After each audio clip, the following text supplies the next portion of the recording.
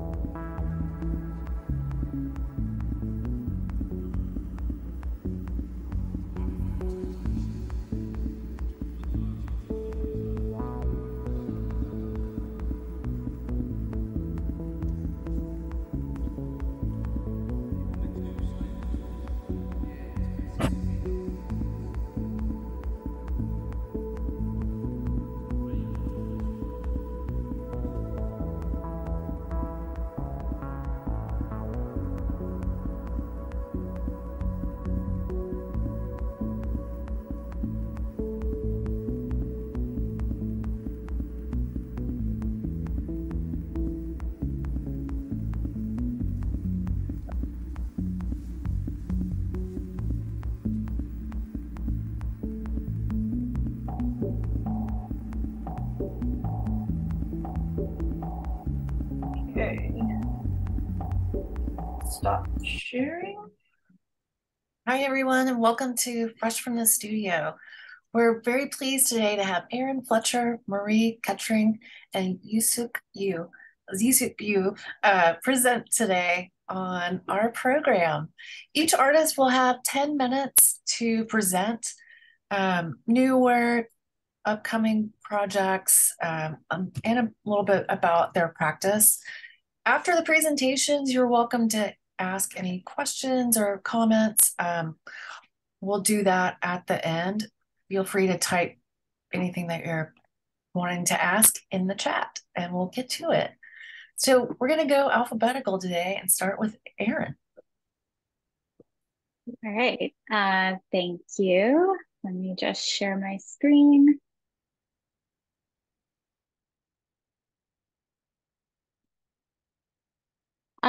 So I'm Erin Fletcher. I run my practice under the name Herringbone Bindery, and I just recently moved to Austin, Texas. Prior to being here, I was living in Boston, Massachusetts, and I made my way to Boston to attend the North Bennett Street School, which is a trade school that offers a variety of disciplines, but one of them is bookbinding.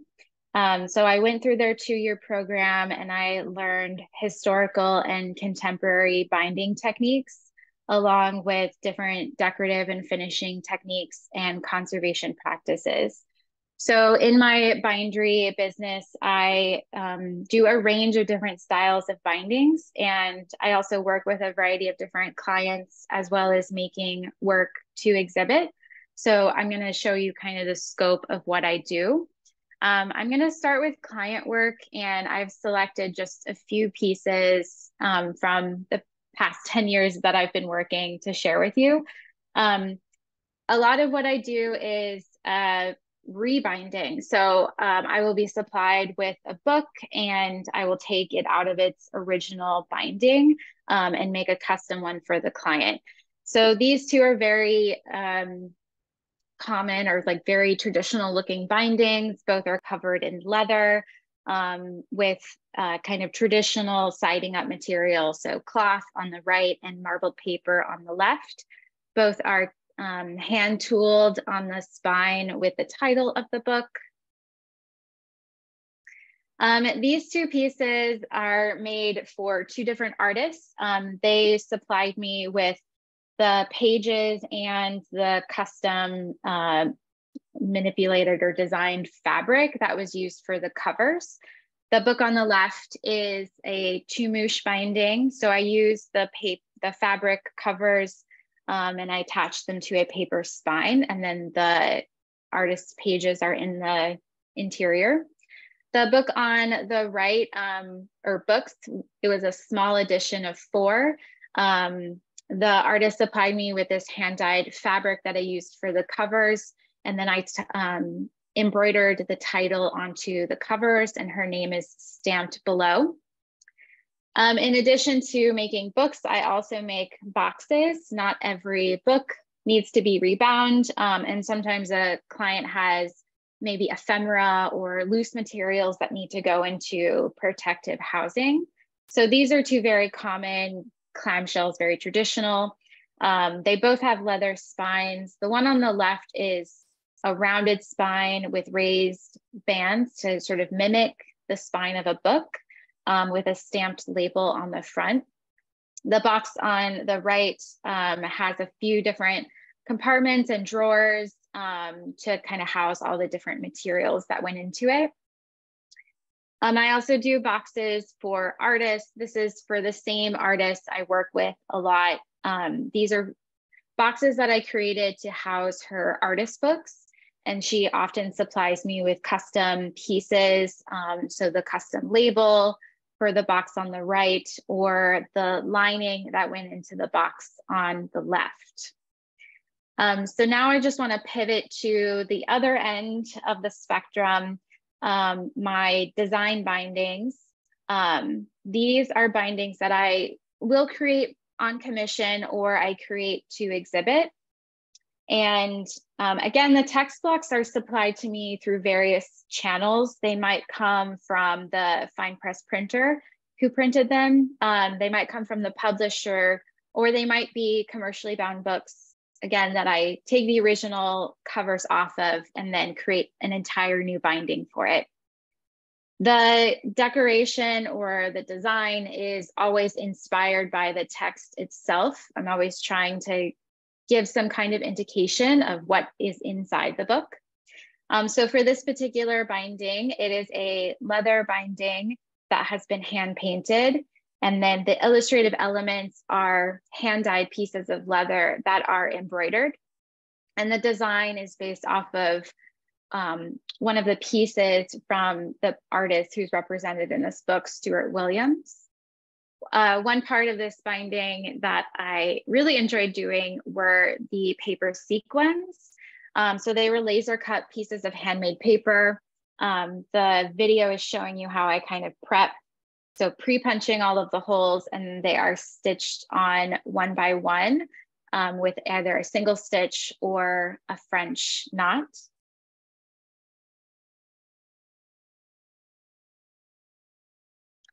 As the bookbinder, we're thinking about all elements of the book. So I'm also thinking about how is the interior going to look? Like what are you going to look at before you actually get to the pages? So this is the interior of the binding that I just showed you.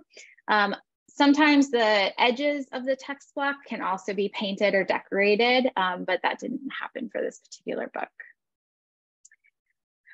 This is a almost miniature. In the bookbinding world, we consider a miniature anything under 3 inches. This is just a little over 3 inches, but this particular binding style is called a Dorfner binding. The spine is covered in a metallic leather. The boards are an MDF style board that have been laminated with veneer and then further embellished through hand painting and onlays made out of leather and paper. And each of these books will get their own custom box. So you can see the box next to the book in the image on the right. This was a binding project that I was a part of with 5 other binders. We were given this text block called Dark Archives.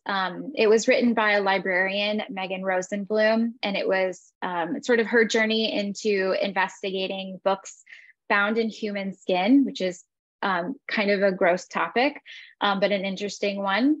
So I created this scene of mushrooms that grow from decaying material. They are recreated with handmade paper and embellished with embroidery and colored pencil.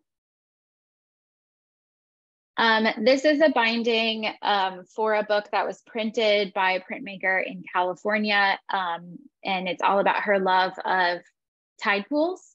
So I recreated kind of what the tide pool looks like in a wet stage and in a dry stage, using different leathers, handmade papers, embroidery, some more of those paper sequins for the starfish.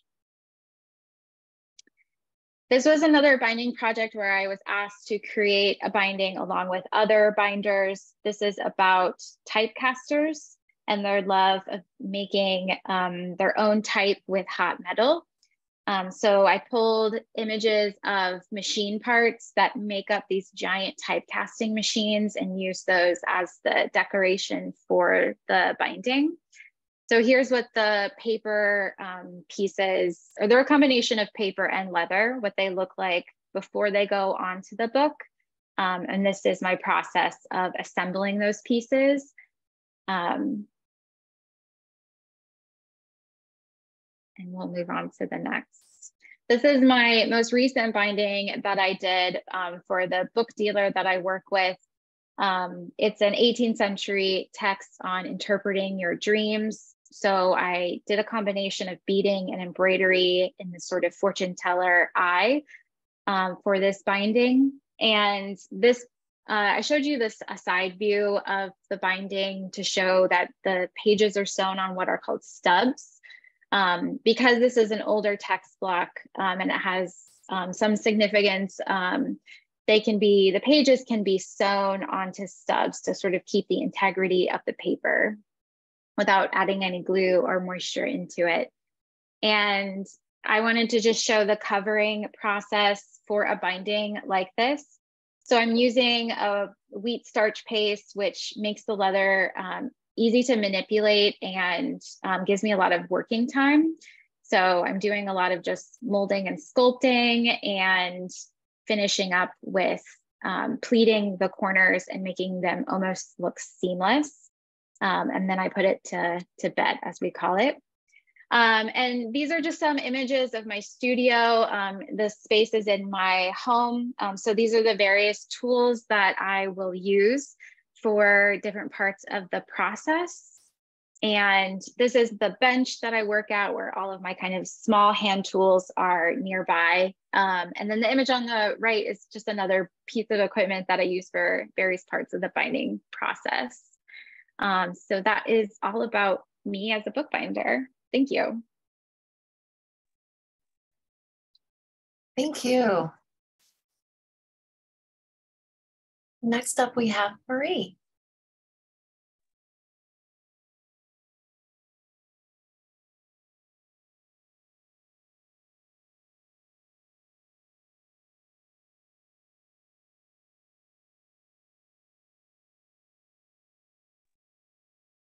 Marie, I think your sound might not be coming through again.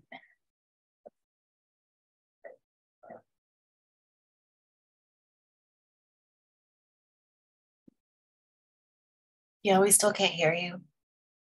You are mute.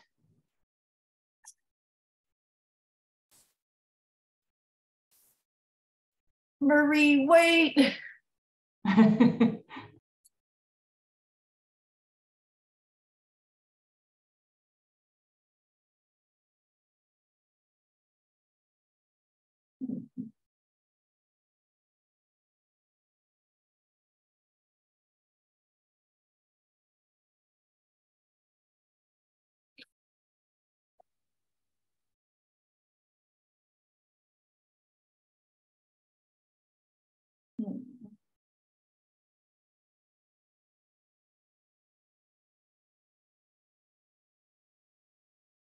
Maybe also in the sharing the screen option for Zoom, there's a share audio too that needs to be checked.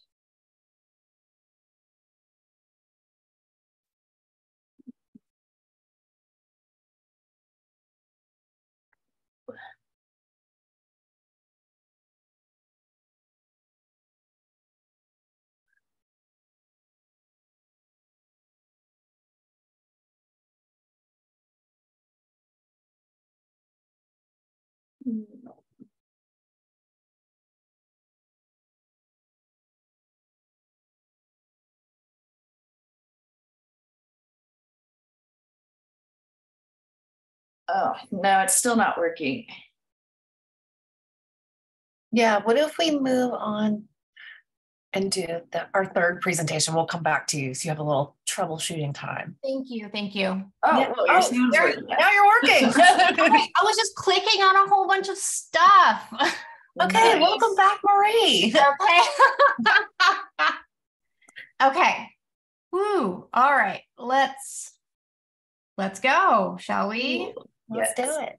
Okay. All right. Perfect. This is my stuff. All right. Well, I'm going to try to explain myself. Hi, my name is Marie Ketring. I am a photochemical artist. I grew up a little bit in Pewaukee. I was born there, New Mexico. And then my parents got divorced and I moved to North Dakota. And my other half of my family moved to Wisconsin. It's all relevant, I swear.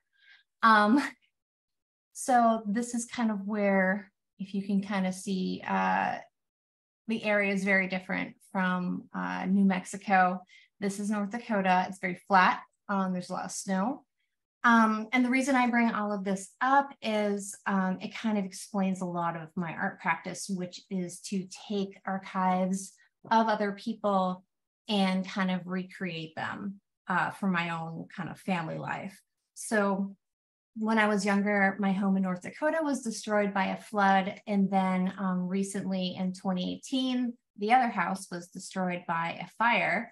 And pretty much all of our family archive was destroyed in it. So I've been kind of in my art finding other people's kind of thrown away photo archives and kind of recreating it in a way that is nostalgic for me and pleasing, I guess, for me as well. And my process is what's called like cyanotype, but I also do other photochemical processes as well. So this is kind of a example of one of the pieces of photo archives that I have or that I found. It's a glass negative. It's kind of hard to tell that it's glass, like just me holding it like that, but it's about 5x7 in size. So this first one was from a archive that I found at a thrift store, and I really liked it. I thought it kind of felt like one of those old, I guess like postcards that were hand colored, and they would kind of recreate them. I would say like poorly. And so you can kind of see with this detail that I put it on older paper where the paper kind of like lifts up after the washing process. Here's another piece that I found. And this one was a slide that I had digitally scanned in. I just really liked, I don't know, I like his expression. I like what he's wearing. I like his glasses. And that's kind of why I picked this one to work on. This piece is from Kansas. This was their corn harvest in 1 year. And then in the same group of negatives, they also had a catastrophic blizzard that kind of wiped everything out right after this harvest happened. This guy, I mean, how could you not like him? He's pretty cool looking dude. There's a little detail. I like his expression. I like that his hat, and just kind of like you can kind of tell that he's from a specific time period. It just feels like everything fits together there. This is just like a really quick process video of, if you guys haven't seen cyanotype or don't know what it is, this is the process for making one. That green stuff is some emulsion, like light sensitive emulsion, but it's not as sensitive as film, like your film that you put in your camera. That's an exposure unit that I use because using the sun, first of all, is very hit or miss sometimes, and the timing can be off. And so my exposure unit keeps everything consistent. And then you can kind of see it washing away, and you can kind of essentially see how the image is revealed with that. And then that's fully oxidized, that's why it's a darker blue. I just wanted to show you a little bit of my studio as well. It's kind of all over the place. I don't live in here, but it looks like I do. So you can kind of see where I kind of paint the cyanotypes up at the top right, and then the bottom. If you guys, there's a few like weird Easter eggs in this. So yes, that is a picture of Mao, but I'm not a Maoist, so don't worry about that. It was just something that I'm interested in, was that he had a lot of essentially like old timey Photoshop done of him in these different spaces. And so when I found that, I talked to the person about it, and they said that he had never actually climbed that mountain. He was never on that spot. They had just simply, you know, in a darkroom, put him there for propaganda reasons. And that's kind of what I do in my darkroom a little bit. So that kind of, I like that. It kind of reminds me of that. This is a little bit of my darkroom space as well. I have two enlargers. The one on the left is for smaller negatives, and the one on the right, the top right, is taller than me. It's like bigger than me, it's wider than me, and that's for the larger negatives that I work with. And then there's all those chemicals and all of my charts and everything like that on the bottom right. So for my future projects, I have a couple of ideas to kind of combine my family history and other people's work that I'm working with, or other people's images that I'm working with. Combining cyanotype with silver gelatin, which is what I do in the darkroom, and coloring it. And then I'm, you know, on the bottom, just making little notes to myself that ash is acidic. So if I'm using ash, I have to compensate for that, because in the darkroom, you're working with both acids and bases to create the images. And then these next ideas are Texas natural design. I'm not from Texas, obviously, so I think that I'm a bit more interested in what is uniquely Texan versus other places that I've lived. And I think that Texas has a very unique, just natural design to itself. Like those holes in limestone are really interesting to me. And then I'm also really interested in collage. So that's what that bottom piece is, me and my cool little drawings that I do. And then this is my little mascot for my, in my studio. He's sleeping behind me right now. So that's my practice. Thank you so much. Nice. And next up, we have Ziesook You. Yes.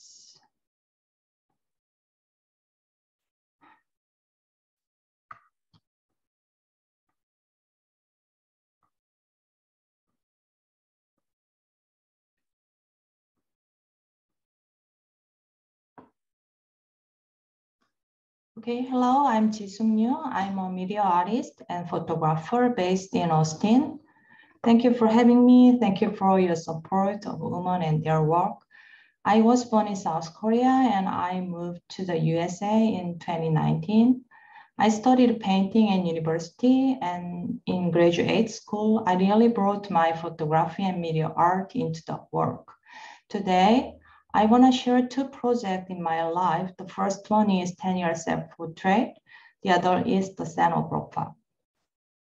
10-year self-portrait has begun on July 1st, 1999.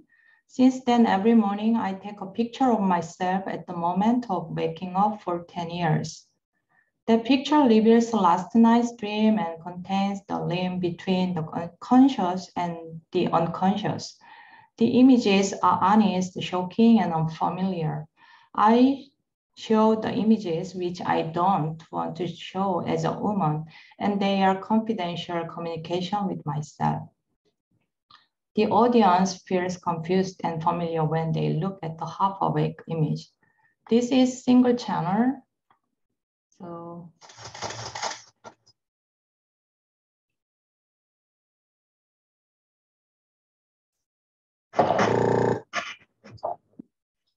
you can see the real date on the bottom.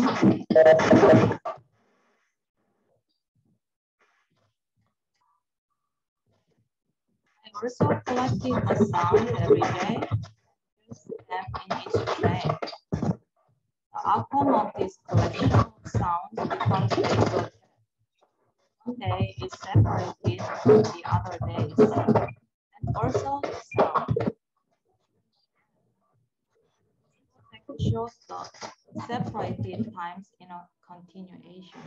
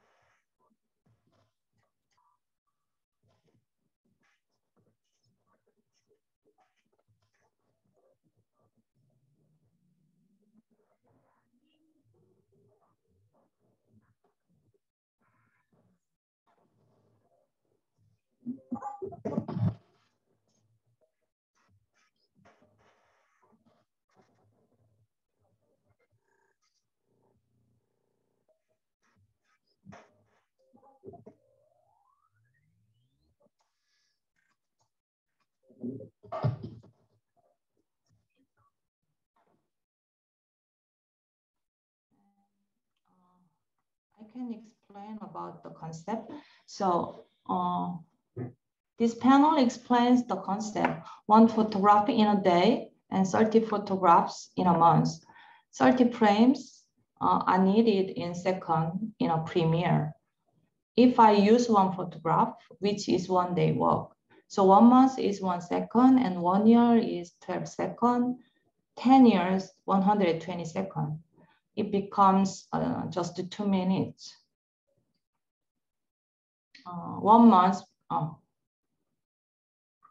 so 10 years become just 2 minutes. Even though this is a long time, my work is shown in a very short time period.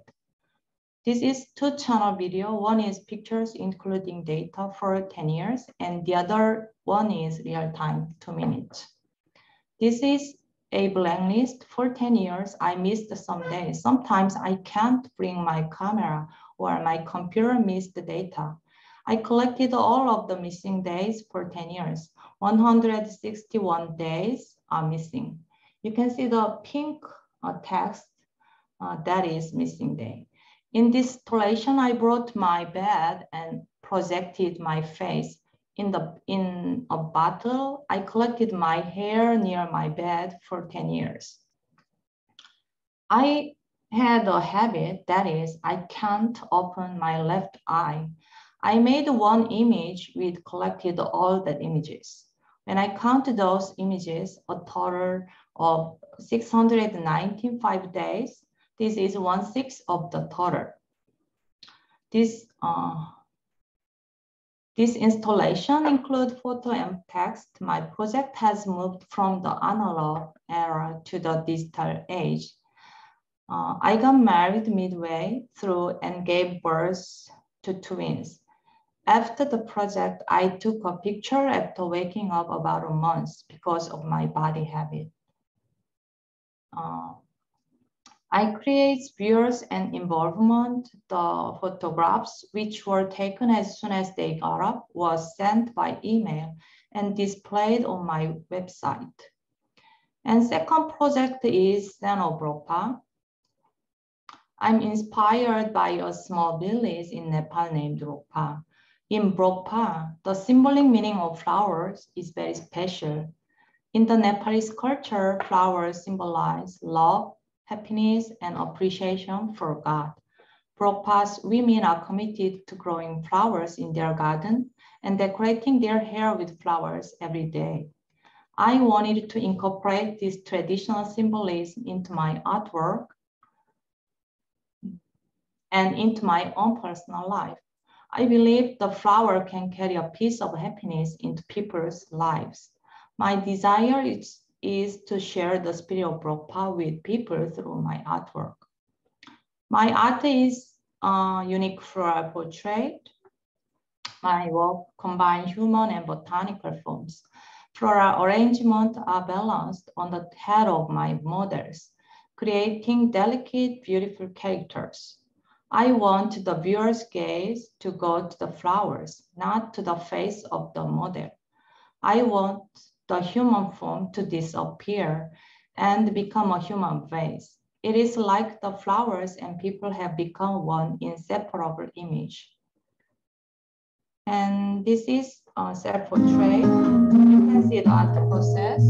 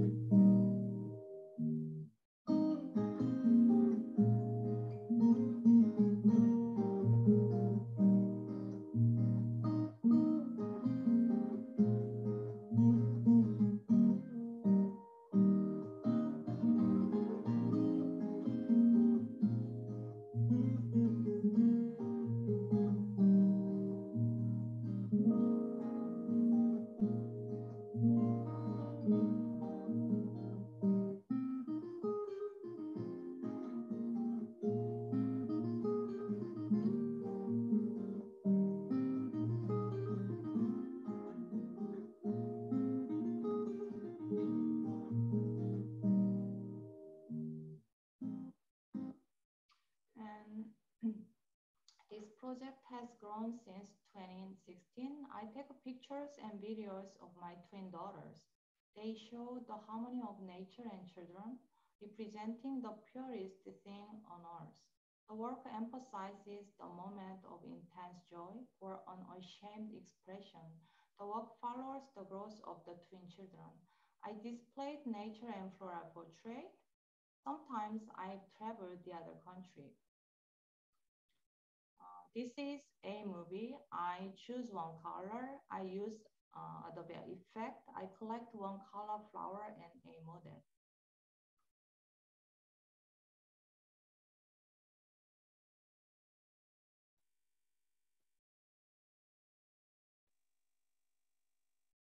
Until now, I have been working with my twins.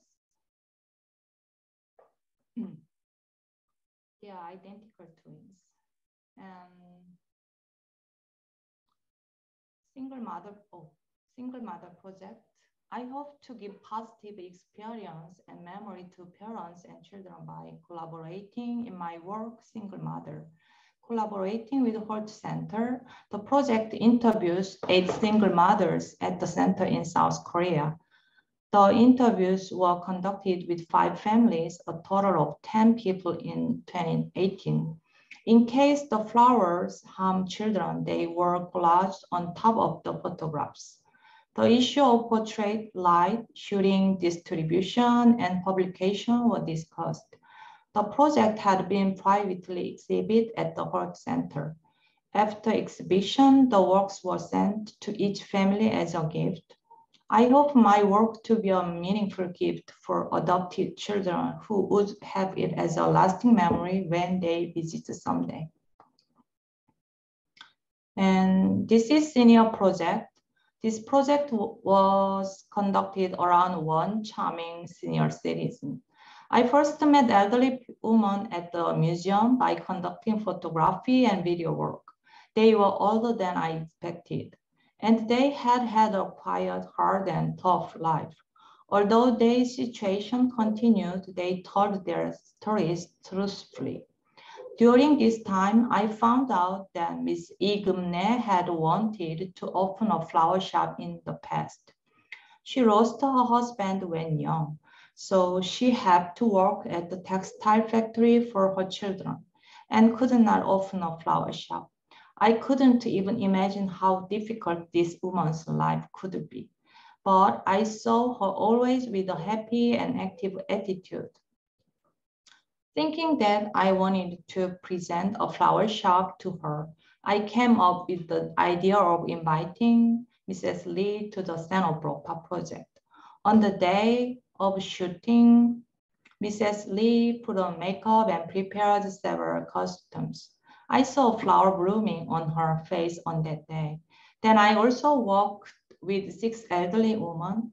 The colorful and somewhat tatty flower patterned blouse that they wore went together somehow with artist concept. The project aims to give a beautiful moment of life to elderly people who stand in front of death in the mood of love. Oh, multicultural project. I conducted this project with multicultural families in South Korea in 2017. By doing so, I wanted to talk about the beauty of who they are, although they have different skin colors.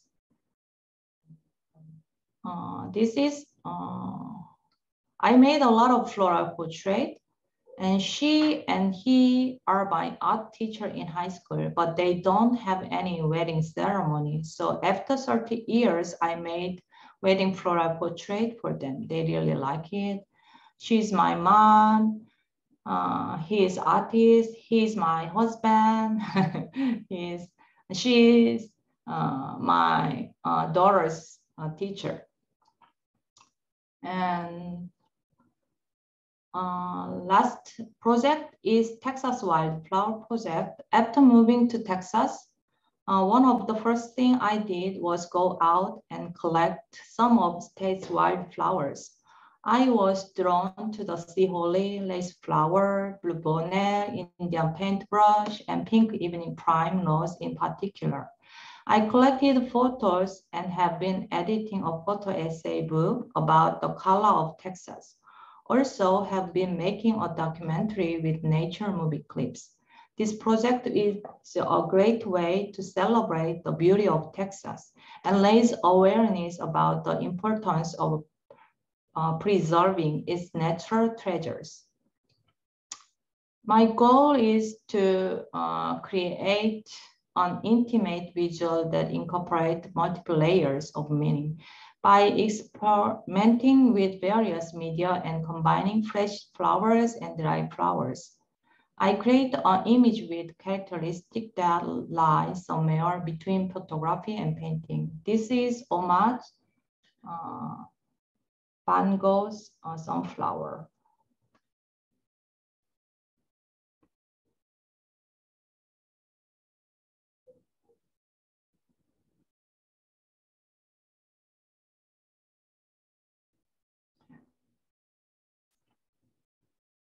So this is installation 11 Solo Show 2018 in South Korea.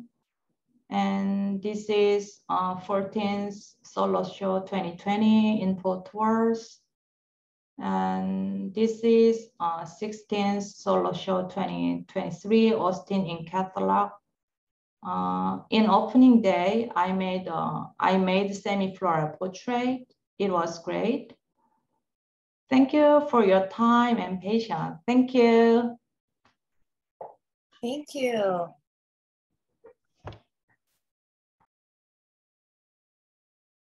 Thank you guys so much. It was really great to see all of your processes. I'm was really glad that you guys all included that into your presentations.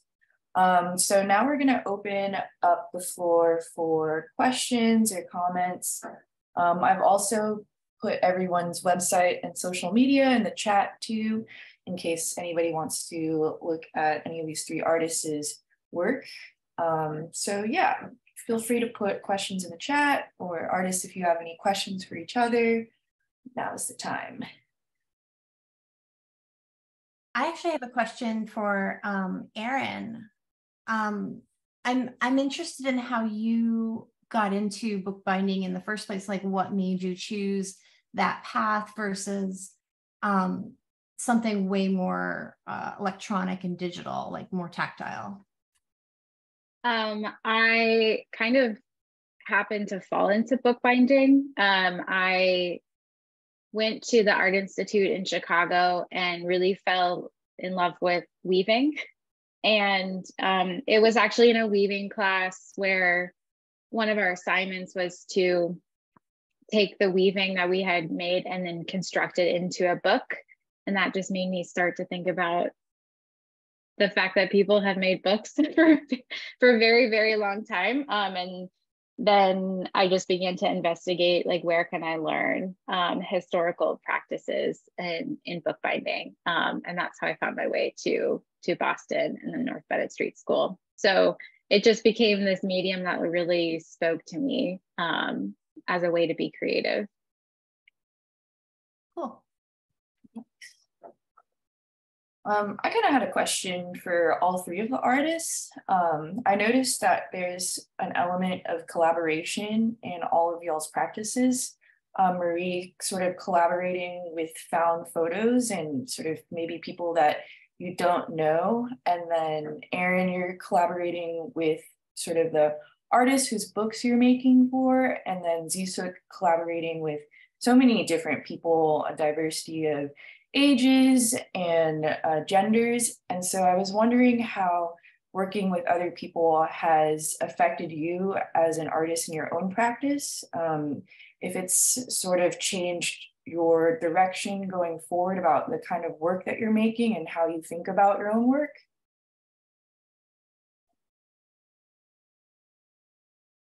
So whenever it doesn't, I mean, either one can go. You don't all have to answer too. Well, I mean, I can say specifically about my work, it's probably the most introverted way to collaborate. You know, like, it's kind of nice. No one knows I'm doing it. And I like kind of seeking out these things. Like some of the last ones that I've procured, I had to go into this guy, he puts on these estate sales. And of course, no one wants someone else's portrait of their aunt from back in the day. So it was like all in this heated up trailer in the middle of West Texas. And he was like, yeah, go for it. And so it's kind of nice, just like only having to be by myself and go through all these things. Like, it's kind of nice. I like that part about it.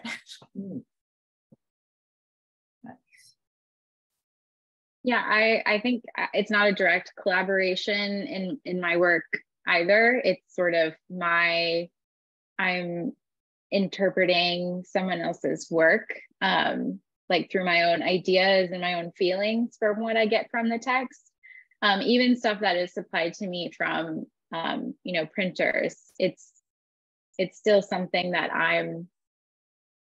it's my reaction to their work, sort of. That's how I think about it instead of a collaboration. But yeah, I'm definitely like, that's my starting point, is someone else's creative work.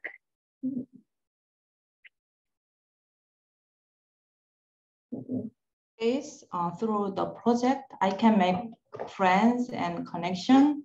So I really love the process. So I believe the power of art. Sometimes art is healing and art is love.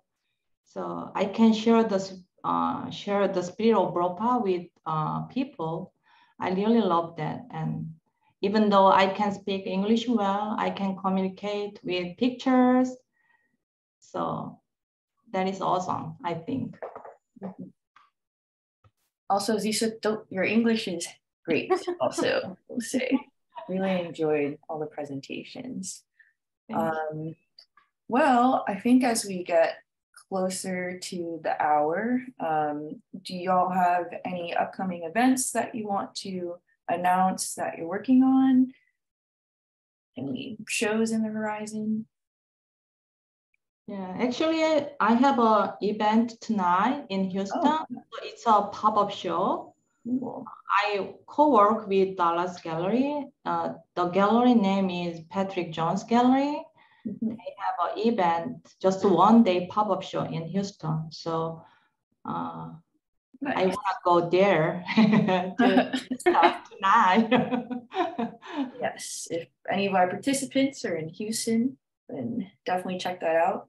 Then I also want to plug that we also have an event at Women in Their Work, an opening this Saturday of a group show, Paradise Bloom.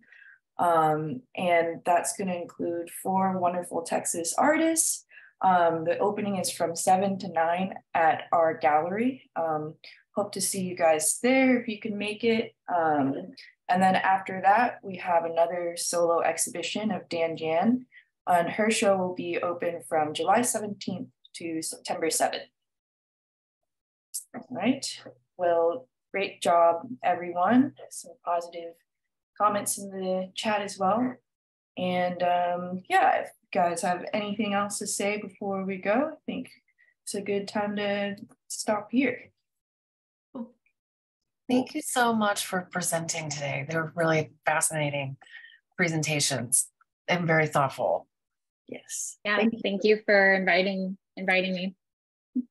Yep. Thank you for having me and putting up with my technological issues. No worries. Alrighty. Well, I hope you guys all have a great rest of your day and a great weekend. And we'll see you for the next Fresh from the Studio. Thank you. Thanks, everyone. Thank you. Bye. Bye.